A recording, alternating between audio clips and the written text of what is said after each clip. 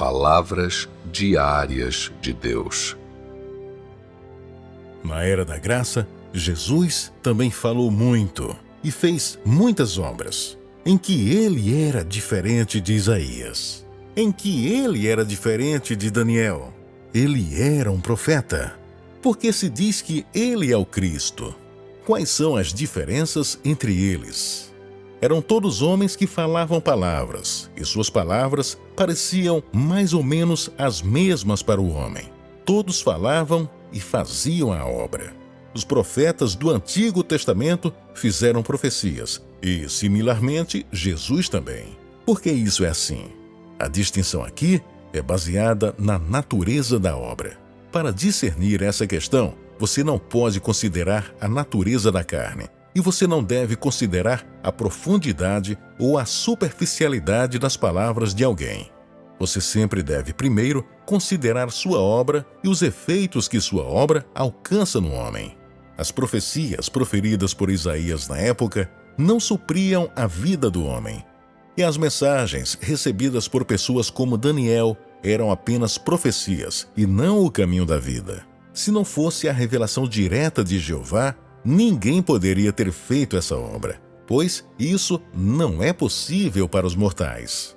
Jesus também falou muito, mas tais palavras eram o caminho de vida pelo qual o homem poderia encontrar uma senda para a prática. Isto é, primeiro, ele pôde suprir a vida do homem, pois Jesus é vida. Segundo, ele pôde reverter os desvios do homem. Terceiro, a sua obra pôde suceder à de Jeová para continuar a era. Quarto, ele pôde compreender as necessidades do homem interior e entender o que falta ao homem. Quinto, ele pôde introduzir uma nova era e concluir a antiga. É por isso que ele é chamado de Deus e Cristo. Não só é diferente de Isaías, mas também de todos os outros profetas. Tome Isaías como uma comparação para a obra dos profetas. Primeiro, ele não pôde suprir a vida do homem. Segundo, ele não pôde introduzir uma nova era. Ele estava trabalhando sob a liderança de Jeová e não para introduzir uma nova era. Terceiro, o que ele mesmo falou estava além de sua compreensão. Ele estava recebendo revelações diretamente do Espírito de Deus, e os outros não entenderiam, mesmo depois de tê-las escutado.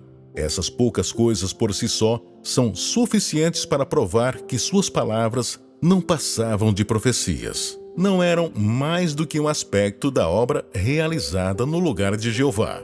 Ele não pôde, no entanto, representar completamente a Jeová.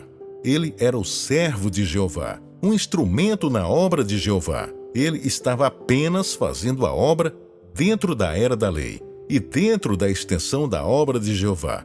Ele não operou além da era da lei. Inversamente, a obra de Jesus era diferente. Ele ultrapassou o escopo da obra de Jeová. Ele operava como Deus encarnado e submeteu-se à crucificação a fim de redimir toda a humanidade. Isto é, ele realizou nova obra fora da obra feita por Jeová. Essa foi a introdução de uma nova era. Outra condição é que ele foi capaz de falar daquilo que o homem não podia alcançar. Sua obra era uma obra dentro do gerenciamento de Deus e envolveu toda a humanidade. Ele não operou somente em uns poucos homens, nem liderar um número limitado de homens era a sua obra.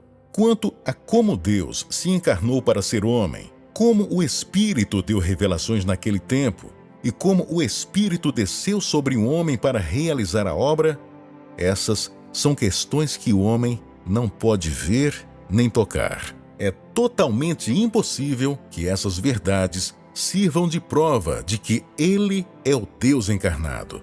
Sendo assim, a distinção só pode ser feita com base nas palavras e obras de Deus que são tangíveis ao homem. Somente isso é real. Isso é porque as questões do Espírito não são visíveis para você e são claramente conhecidas apenas pelo próprio Deus. Nem mesmo o corpo encarnado de Deus conhece tudo. Você só pode verificar se ele é Deus pela obra que fez. Da sua obra, pode-se ver que, primeiro, ele é capaz de inaugurar uma nova era. Segundo, ele é capaz de suprir a vida do homem e mostrar ao homem o caminho a seguir. Isso é suficiente para estabelecer que ele é o próprio Deus. No mínimo, a obra que ele fez pode representar totalmente o Espírito de Deus. E de tal obra, pode-se ver que o Espírito de Deus está dentro dele. Como a obra feita pelo Deus encarnado foi principalmente para introduzir uma nova era, liderar novas obras e abrir novas circunstâncias, essas poucas condições são suficientes para estabelecer que ele é o próprio Deus. Isso, portanto, o diferencia de Isaías, de Daniel e dos outros grandes profetas. Isaías, Daniel e os outros eram todos de uma classe de homens altamente instruídos e cultos. Eles eram homens extraordinários, sob a liderança de Jeová. O corpo encarnado de Deus também tinha conhecimento e não tinha falta de intelecto, mas sua humanidade era particularmente normal.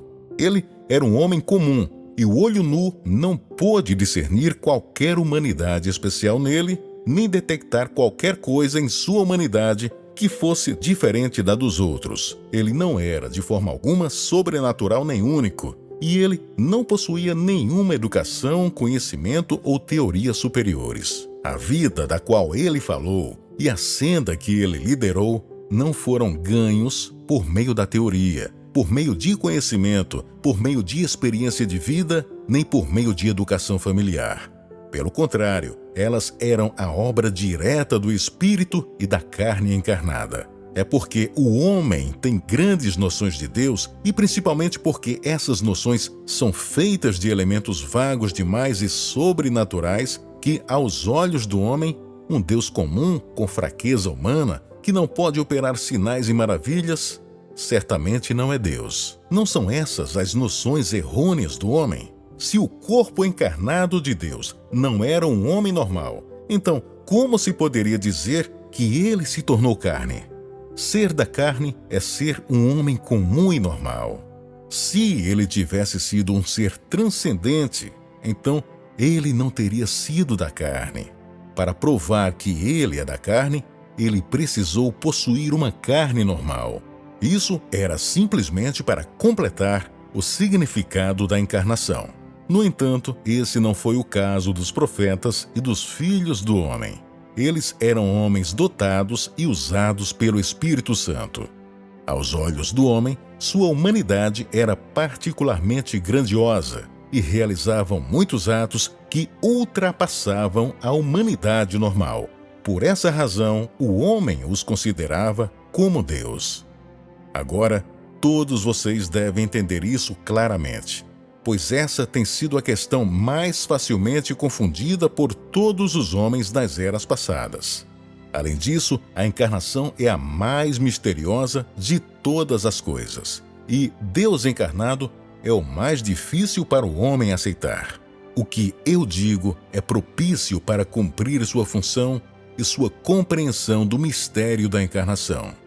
Tudo isso está relacionado com o gerenciamento de Deus com a visão. Sua compreensão disso será mais benéfica para ganhar conhecimento da visão, isto é, a obra de gerenciamento.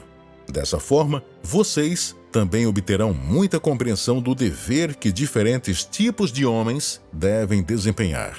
Embora essas palavras não mostrem diretamente o caminho a vocês, elas ainda são de grande ajuda para a sua entrada, pois suas vidas, no momento, carecem muito de visão, e isso se tornará um obstáculo significativo que impedirá sua entrada. Se vocês não conseguiram entender esses problemas, não haverá motivação para sua entrada. E como pode essa busca capacitar vocês para que cumpram melhor o seu dever?